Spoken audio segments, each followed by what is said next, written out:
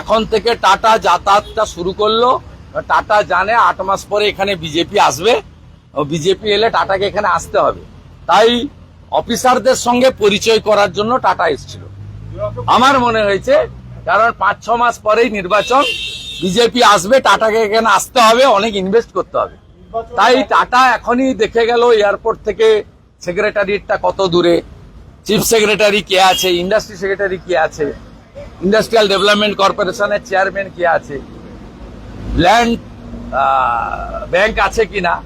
এখন থেকে তো যাতায়াত করতে হবে, কারণ এপ্রিলের পরে টাটাকে তো এখানে আসতে হবে, আনা হবে, ফুলে মালায় আনা হবে, চুপি চুপি নয়।